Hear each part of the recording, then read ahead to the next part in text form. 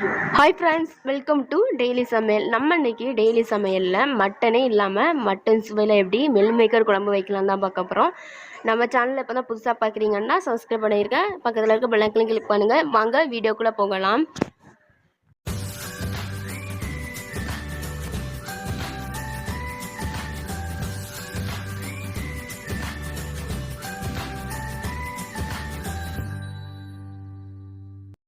Friends, நம்ம இன்றைக்கி current அடுப்பில் தான் சேர்க்குறோம். அதனால் குக்கர் வச்சுருக்கேன். குக்கரில் தேவையான ஆயில் விட்டுடலாம். ஆயில் ஹீட் ஆனதும் பிரியாணி போடுற ஸ்பைசஸ் எல்லாம் நம்ம இதில் சேர்த்துக்கிடலாம். நமக்கு கொஞ்சம் டிஃப்ரெண்ட்டாக சேஞ்சாக இருக்கட்டும் அப்படின்ட்டு கரண்ட் அடுப்பில் போட்டிருக்கேன்.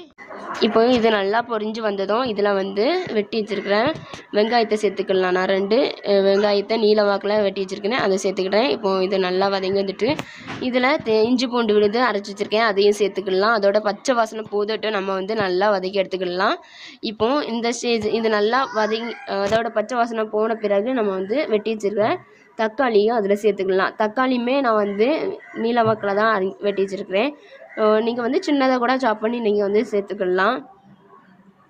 இப்போ நல்லா வதங்கி வந்துட்டு இந்த ஸ்டேஜில் நம்ம மில் மேக்கரை கட் பண்ணி வச்சுருக்கோம்ல ஊற வச்சு, அதை நம்ம இதில் சேர்த்துக்கலாம். தேவையான அளவு தண்ணி விட்டுடலாம். நமக்கு நல்லா வரட்டும். இந்த ஸ்டேஜில் இப்போது உருளைக்கிழங்கு 1 உருளைக்கிழங்கு வெட்டி சேர்த்துடுங்க. தேவையான உப்பு சேர்த்துடுங்க.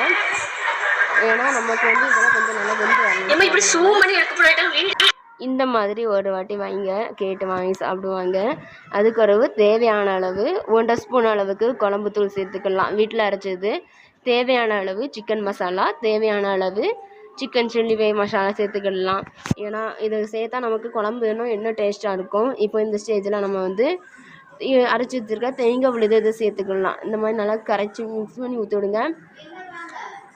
இப்போ பாருங்கள், இதை சேர்த்துட்டு நல்லா மிக்ஸ் பண்ணி விடுங்க. ஃப்ரெண்ட்ஸ் பாருங்கள், ஃபைனலாக நம்மளோட குழம்பு ரெடி ஆகிட்டு. இந்த மாதிரி டேஸ்ட்டாக நீங்கள் வச்சிங்க அப்படின்னா திரும்ப திரும்ப வாங்கி கேட்டு சாப்பிடுவாங்க. அவ்வளோ சூப்பராக இருக்கும். டேஸ்ட்டும் ரொம்ப நல்லா இருக்கும். இந்த வீடியோ உங்கள் ஃப்ரெண்ட்ஸுக்கும் ஷேர் பண்ணுங்கள், அவங்களுக்கும் யூஸ்ஃபுல்லாக இருக்கட்டும். ஒரே மாதிரி நம்ம மில் மேக்கரை சாப்பிடாம இந்த மாதிரி சாப்பிட்டா இன்னும் டேஸ்ட் நல்லாயிருக்கும். இந்த வீடியோ புறமா பார்த்து அனைத்து நல்வளங்களுக்கும் நன்றி. அடுத்த ஒரு வீடியோவில் சந்திக்கிறேன். பாய்.